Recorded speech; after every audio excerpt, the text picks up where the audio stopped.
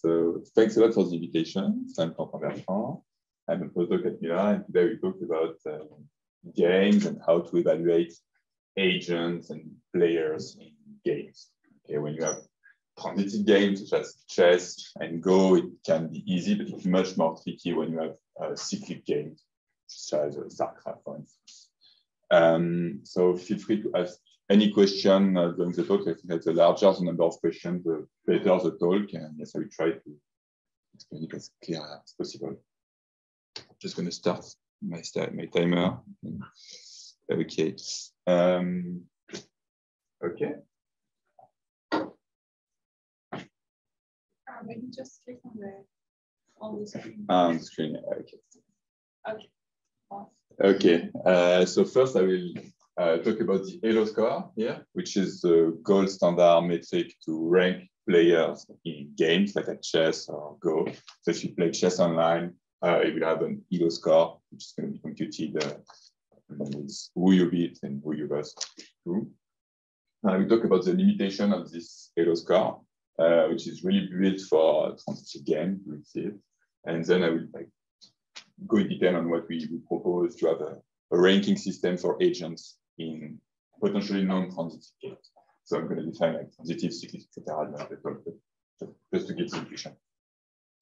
Okay, so just a bit of technical thing. I'm going to talk about like payoff matrix between agents, and basically each entry of the matrix is going to correspond to the probability of player beating one player. Okay, so the entry ij is going to be the probability of player I beating player j.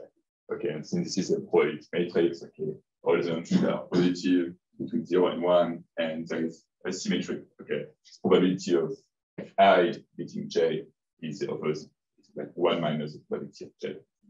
This is going to be just technical definition to start, but just to be clear, we're all on the same page.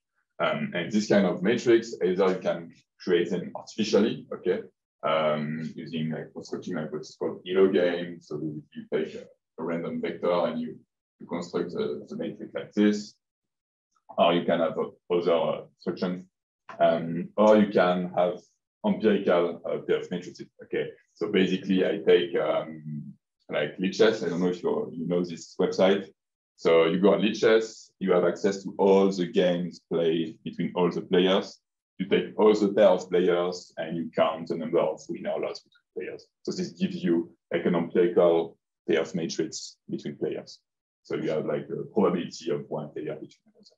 Of course, you have a lot of missing entries in this huge table because all players do not play against each other, but you can construct them. And you can do the same thing with StarCraft here.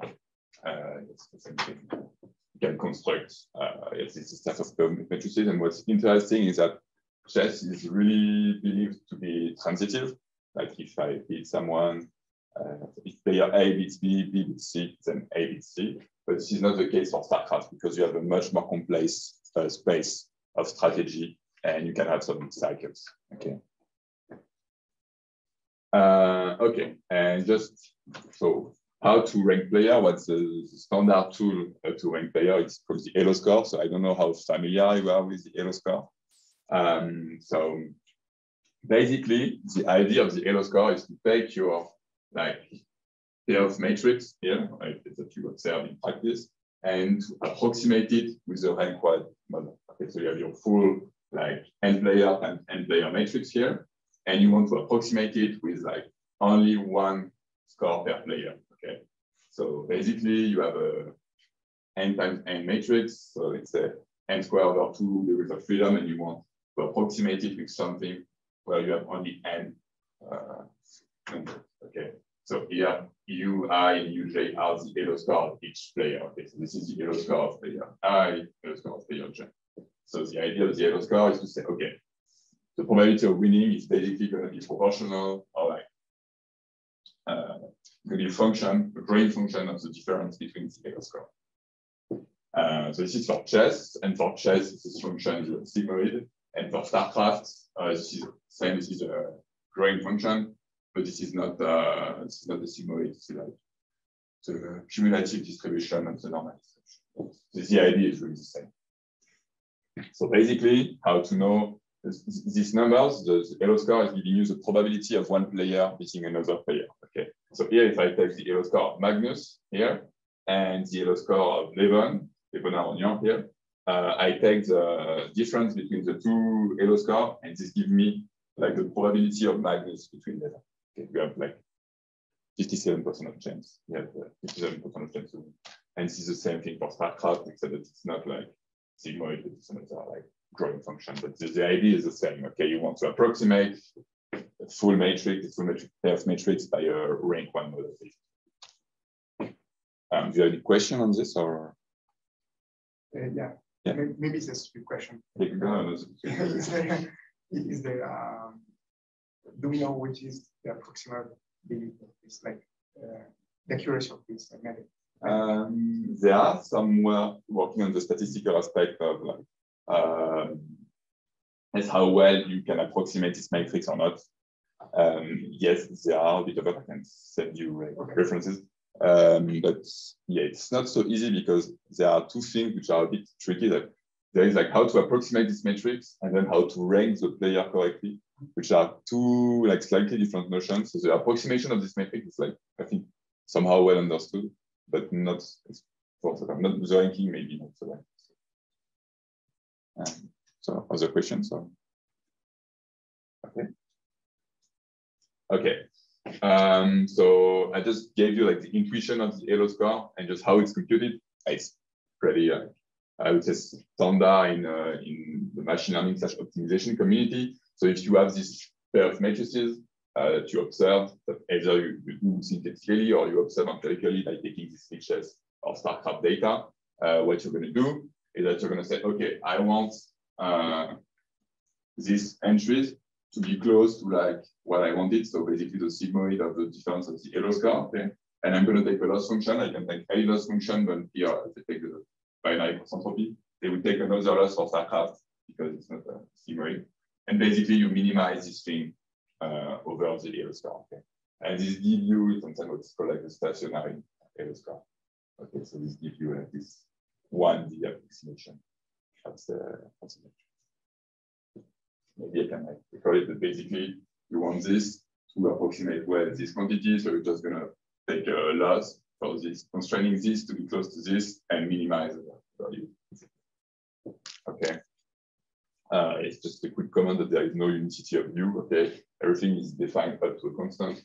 So the other score is defined to a constant, and what matters is the difference between these two scores. This is going to give you the probability of winning or losing someone.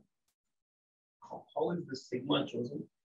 Sigma is just like the sigmoid function. It's like it's not a scalar. It's like really so is it like because these scores depend on this sigma? No, so it's a defined function. It's like it's a like pre-computed function. Okay. Like sigmoid function, like it's. I mean, like you wrote it on the board, but But why not choose any other function? This is what I was. That's the point. That's the point. My point is that you could choose any other function. You can choose sigma here, or you can choose any like growing function of the as long as it's increasing with the difference, you're good. So you can choose one. But usually you take something that you have some computable knowledge on it. So either you take a sigmoid, either you take like the cumulative normal distribution. Other questions? No? Okay. Usually I'm scared when there's no question. Might not be clear. Okay. Okay, so this is like so I guess the intuition of the Elo score and the formal definition of the stationary Elo score. And yes, basically you take any growing loss function. And okay, the problem is that there are some known limitation of this Elo score. In particular, if the games are transitive or not. And even if the games are not transitive, and even if the games are transitive, there are some problems. So I'm just going to give the definition of a transitive game. Okay, so let's say before, like if like Magnus beats me, okay, and I beat Simon, then probably Magnus is going to beat Simon. Okay, this is what we call a transitive game. And this is the so the definition of fully transitive is just like, okay, the probability of I beating J is better than 1/2, and this one is also better than 1/2, and you have the transitive words. Okay. And as I said before, chess and Go are mostly transitive, considered as mostly transitive. This is not the case for StarCraft, because so I'm not a specialist of StarCraft, maybe better in the room, but basically you can use you can beat some crazily high-rated player with some improbable strategy. Okay. Strategies that are very uncommon. I think we can think about it a bit like Pokemon, like water, fire, and earth, and there is a cycle. It's a bit the same in StarCraft. Okay, let's go. I just have a question. It seems to make sense, the transitivity. Was it shown statistically that you can take data and you have some, you have some kind of transitivity in chess. Yes. Because I don't know, intuitively, I'm just thinking that maybe at very high level it might be true because everybody knows the theory. I think the theory might be a problem. If you really know one line, or you're a Carol Can player, for example, you might be stronger against a certain line. So, I think that's true that overall it might not hold, but maybe if you take a bucket of players, it's the top players, for instance, they all know like the theory, etc. So but it's true that you expect some kind of like non-transitivity at some level, because you might have this cyclic component like better at been attacking in such position. That's true. Yes. Maybe I'm a bit too early, but I was thinking of this similar. Okay. If we had a lot of, let's say, not that strong players, yes, even in chess, yes, it might create some noise or even create some inflation of the ratio. So does it have an impact, or do we have to restrict the analysis to the couple of best players of the Yeah. So what I did in the experiment that first as I took only the best player on each chess, like above like 24,000. Okay, playing between each other, first to have some kind of signal, and even with this, it's hard to get some signal. You have to like because when you construct this kind of matrix here, you don't have an infinite number of games. You only have like 5 or 20 games, so you have also to have a good approximation of this pair matrix. But yes, in the experiment, it's like it's real data, so it's hard to. But it's believed. The point I was saying it's believed to be transitive is because like the reinforcement learning algorithm, the self-pair reinforcement learning algorithm, they are working very well for Go and chess because when you create an agent at times t+1, it's better than the agent at times t. And since you have this kind of transitivity, it's going to be better than the agent you created at time 0. Okay, and it's not working in StarCraft because we have this kind of cycle. You could like basically learn to be a fire Pokemon and then learn to be a water Pokemon and cycle. So, I mean, empirically, it's hard to show like that Go or chess are more transitive, but this kind of self-player reinforcement learning algorithm, and this is like the main motivation, they're working very well for Go and chess because you have this transitivity of this. We believe that this is because of this, and it's not working for StarCraft. Yes? I don't want to derail. No, just good. Artificial intelligence not playing StarCraft well. So I say nothing about StarCraft. This is my co-author, Wojciech. So maybe you know him. Wojciech, he was working at DeepMind basically on this kind of stuff, so you should know more. But so you can say that they're not working, they're not playing at StarCraft, is what you're saying? Well, other top StarCraft AI players that are on human players. They're not. The top StarCraft players, they're not better than human players. They're not. They're not. Yes. Humans are better. I think so. Yes, I think it's still a problem. Yes, they do not manage to train like StarCraft AI to up to level human performance. I don't know the answer. Okay. Maybe isn't it a real-time game? Yes, it's a real-time game. I think it may have an impact. I think maybe chess or Go, you can just pre-compute and stuff. You have no randomness, no real time, so maybe it has impact. I don't know. I don't want to stop That's good. I have 5 minutes. Okay. Okay, let's go. So I will just try to go faster.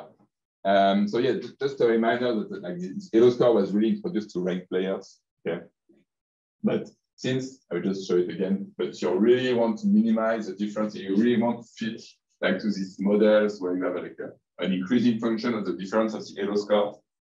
What you can like easily show computationally is that even if you have a transitive game, okay, so I take this matrix, okay, this pair of matrix, 3x3 player, it's fully transitive in the sense that player 1 is beating everyone, okay, and player 2 is beating player 3. And even on this simple like 3x3 pair of matrix, if you take the Elo score, because the Elo score is only, you want to fit like the difference between the Elo of each player, it can fail to properly rank player. So what I mean by this is that if I take this matrix, I compute the Elo score as shown before, then for all this range of gamma and delta here, it's gonna like rank player 2 over player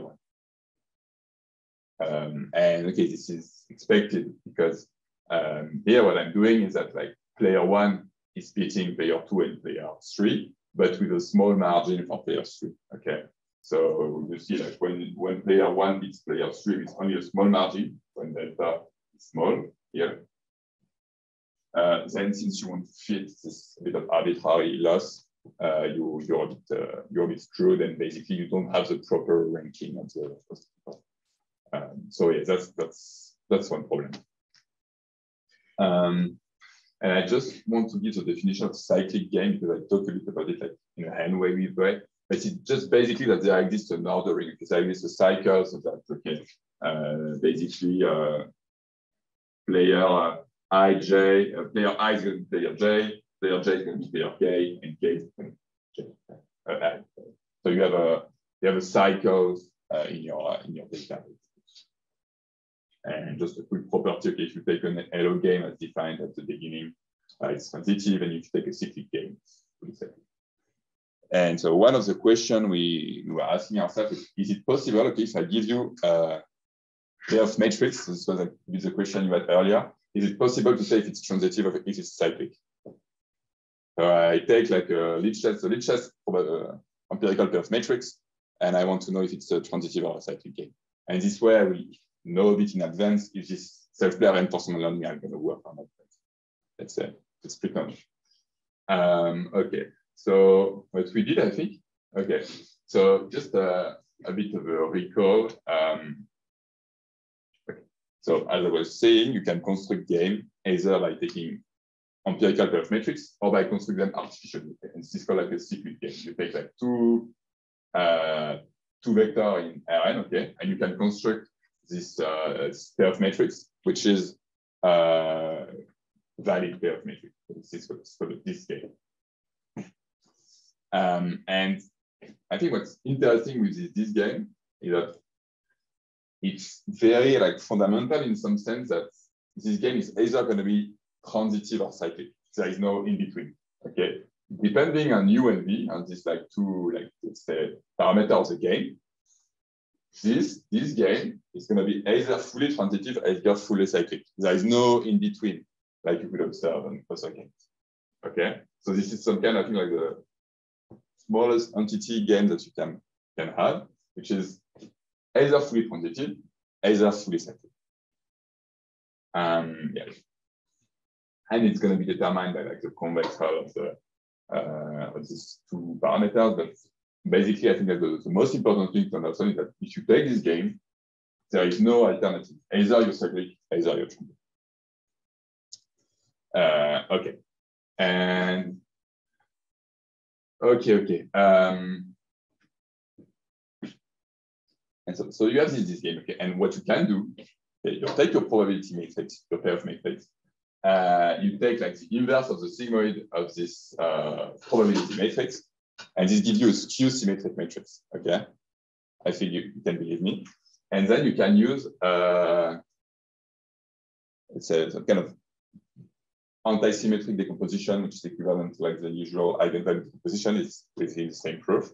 Okay, and this will give you that your probability matrix basically. your empirical probability matrix can be decomposed in some sense as a product of this game. So this is fundamental like this game, okay, which are either going to be transitive or cyclic. And you know that there is at most one transitive thing, transitive game. So basically, your empirical this game is going to be decomposed as a product of, your empirical game is going to be decomposed as a product of this game. And these games are either transitive, either cyclic, and at most one is transitive. And I think this is a nice way of measuring if a game is transitive or not, because you take your empirical payoff matrix, you compute this decomposition, okay, and as the eigenvalue decomposition, or like PCA, you have a magnitude between like each of these pair of eigenvectors. And if this is like taking, I don't know, 99% of the magnitude, you can say, okay, my game is transitive, okay. So you just look at the first transitive component and you say, okay, if it's large, my game is transitive, or mostly transitive. I think that's the intuition. And the proof is like, I think actually simple because you take your probability matrix, you like apply the inverse of the sigmoid, and this gives you a skew symmetric matrix. Okay, that's just believe me. And then you just apply like this kind of orthonormal decomposition for skew symmetric matrices, and you know by this that there's going to be at least one which is fully transitive because of the construction. Yeah, I think that's basically the main results. I don't know if you have questions. I'm already at 20 minutes, so just okay. So there is maybe a question in the chat now, maybe. I think it was a problem. It was a problem. So it's okay. Okay. So yeah, and how do we like compute it? It's a bit more painful than just compute the Elo score as before, because here you want to minimize. Basically, we're going to say, okay, we want the probability matrix, the empirical probability matrix, but instead of being close to like UI minus UJ, this time we're going to say, okay, we want something to be close to this quantity, okay, and okay, we're going to sum over all the entries and take a loss function or whatever we want.